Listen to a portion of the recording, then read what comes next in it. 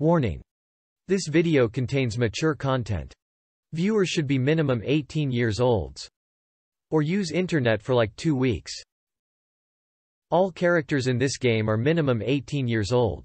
Welcome you to the review of Breeding Season. Or the rise and fall of a colossus from many years ago.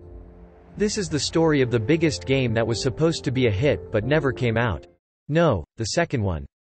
So what is, was, Breeding Season? It is a management simulator, in which we manage the ranch by keeping different species of monster girls. Or, monster boys? So the appropriate crossing genes of different individuals to get the right traits and statistics in the offspring to then sell them for profit. Like the Queen of England with a corgi except selling. Of course, as the game continues, we unlock new specimens with new traits that will deliver stronger offspring and better quality body fluids during harvest. All this in a limited time and with limited resources. So good old Japanese game design. Of course we have a huge debt that will increase with each cycle in the game. And of course, our possibilities each day are very limited by the amount of energy. Plus we are limited by the amount of currency and how we want to use it. We get currency by completing orders for individual monsters with specific characteristics or by fishing. And since this game is not made for fishing fanatics, we will quickly give up fishing when the managing of our flock begins to take away all the energy of the day, and then we begin to understand that we also do not have time for manage all of the monsters. And you have to choose which monsters to take care of and how, and what to leave for later or just get rid of them to make room for new ones. Let this situation serve as an example. We get a contract for a monster girl with the specific traits and a high level. If we are lucky, we can find the right specimen in the store. Pay for monster and return it to the client to collect the payment. Of course, the sum will be reduced by the fact that we had to buy it from the store first, but the time we lost was practically zero. Or check your herd and discover low-level monster girls and boys with the right traits that the offspring of these individuals may inherit. But it takes time. It is nowhere guaranteed that the offspring will appear immediately, or that the children will inherit the qualities we require right away. In addition, getting to the high level also takes a lot of days in the game. And even if you succeed and everything works out, suddenly we have a very good monster with decent features. If we sell it by completing contract, we may lose an important advantage later. Maybe it's better to pass the job and use our new champion to create the next powerful generations in the future. And we all say this together, good old Japanese game design. And it's actually enough to sink many hours in this game. There are several genres of different monster girls and boys, traits that often drastically change the appearance or gender of a given specimen. If you have any particular monster fetish, this game will most likely got you covered. I would also like to point out that I am delighted with how elves are treated, on a par with beasts that cannot communicate. Even an old joke about elves finds confirmation here, which goes something like this. How to distinguish male elves from female ones. Female individuals have longer penises. I'd like to show more examples, but the characters are pretty lively animated, and censoring all that jiggling and dancing is really pain in the ass. Not to mention the main dish. So please forgive me on this topic. Of course, you can consider all that jiggling as a plus when censorship on YouTube won't hold you back. So animations and art style. It is pure pleasure to see how it all works in action. Sometimes the characters of the monsters look very good, sometimes color palettes do not match with each other very well. However, I always have to mark randomness as a plus in this case, where it breaks monotony wonderfully. Where probably the Japanese studio would focus on a smaller number of characters but more refinement design. Art style shows inspiration from works from the Far East, but with a hint of uniqueness, which distinguishes this production. And once again, if you do not like what you see, unfortunately, non-censored materials will not change it. The animations also depend on the types of monsters and whether we are playing as a male or a female character. So don't be surprised if your chosen combination won't show up because it lost in the evolutionary race with more popular ones.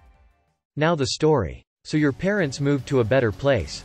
I guess. Because looking at this place where they've been so far, I would easily give it 9.5 on the paradise scale. But of course there must always be a catch somewhere, so unfortunately, as a new breeder, you inherited a huge debt in addition to the farm. Because of course you owe debt, in Management Simulator. After the introduction and finding out which characters serve as shopkeepers, who upgrade and build houses, and which are used to assign quests, you are ready to go out into the world. To get to know more characters that give you more quests, completion of which unlocks new buildings, monsters or new features for these monsters. Of course, all the time bearing in mind that if we do not pay off the debt, which increases from month to month, we will lose not only the farm but also our life. Because the government, in addition to kicking small entrepreneurs when they are lying down, also loves to kick them harder and faster. Now music and sound design. And now we come to the part that I tried to delay for as long as possible. But someday you must hear this important information. The game I played is version 7.7.1. The game has been dead since July 2016. Again, the game is obviously much older than this date, and the fact that Flash is officially dead since 2021 doesn't help either. So now back to the previous point. Yes, the animations worked 5 years ago. But now it happens that the next steps won't turn on, no matter how long I click. Sometimes the script will work in the game and the event will run properly, and sometimes it won't. Life is brutal, especially in 5-year games. And the music.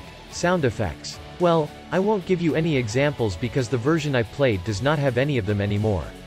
But I could have sworn the game had them a few years ago. You see, it even has a button to mute sounds. If it doesn't have sounds, why the button? Some of you may say that that version had no more sounds then. However, I can sworn that I played this version with full audio. But I can't prove it.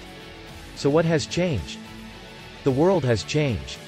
I don't know how the updates to Windows and the death of Flash influenced our game from the technical side and to what extent. But I can bet it wasn't a positive change. I should probably be glad that I can still run it in a very playable state. And I can't guarantee it to you. That is person watching this video in YouTube. Maybe you've been watching it so long time ago since that video was published that game has stopped working. Damn, even at the time of publishing this video, an update may come out and game may bite the dust. So if you are interested in the production, I recommend that you check it out now, not next year, not sometime. Especially since the only legal way to get it is the illegal way.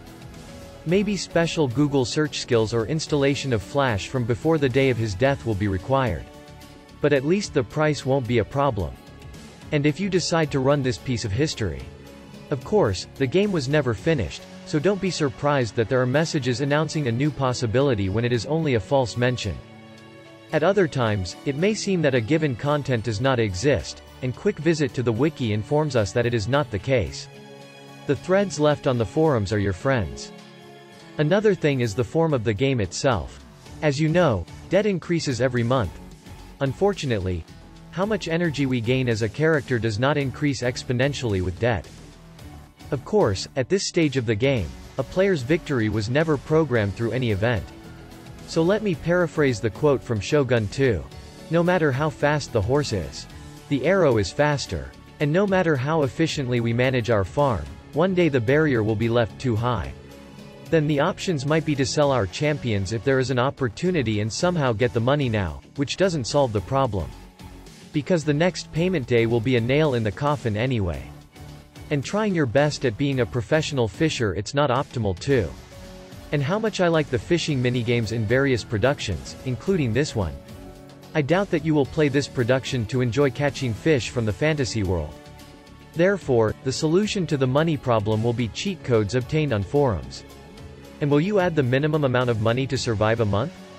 Or do you add enough to develop a new, discovered passion for breeding in peace and to breed the ultimate champion with the queen? This is not my business, so play that you will able to have as much fun as possible. And since the so-called review is behind us, then let me dive into history, describe the present and try to influence the future. But that's all in the second part because many things got out of hand. Big Mike. See you next time.